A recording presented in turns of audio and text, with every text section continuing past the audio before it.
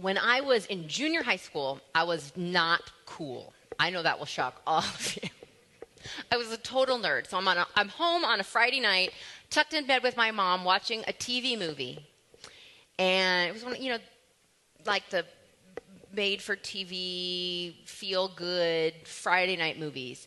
And it was starring, I'm totally dating myself, but it was starring the girl from the Wonder Years with the long black hair. You know who I'm talking about? Yeah, Winnie. Exactly, thank you. So it was starring Winnie.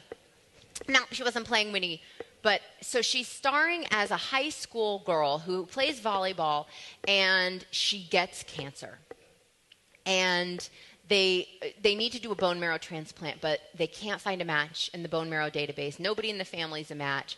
And so the whole rest of the movie is this big decision about, do we have a designer baby to match the bone marrow so we can save our first child's life? Is that ethically correct? Is it not correct? I'm going to be honest, I was 11. I wasn't paying a lot of attention to, did they have a baby? Did they not? Was that I think they had the baby.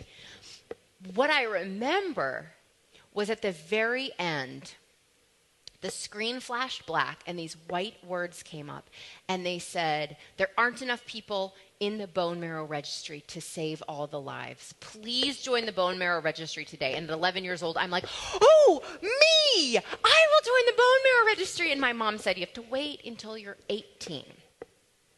And I now, of course, being the parent of a teenager myself, I totally know this move, but I didn't know it at the time. Sure, huh? Okay, absolutely. We will certainly remember that in 7 years. She didn't mean it, but she didn't know that I really meant what I was saying.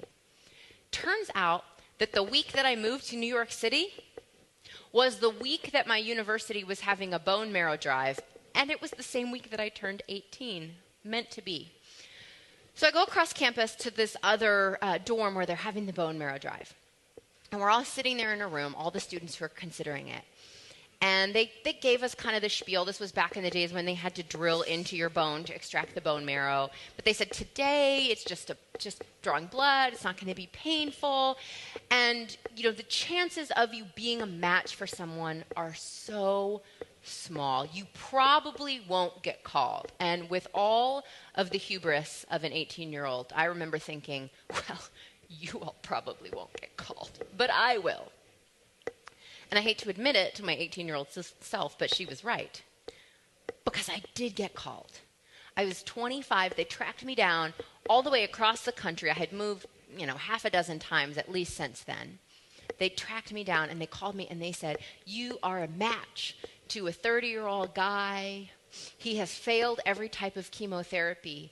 And this transplant, your bone marrow, is his last chance.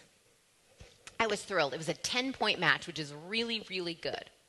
So they explained to me he's not totally healthy right now. We're going to need to get him healthy now that you've agreed to do the bone marrow donation. We're going to get him healthy and ready for surgery, and then we'll proceed. And then I waited several weeks. And then I got the call. Except not that call. That's when I got the call that I had cancer.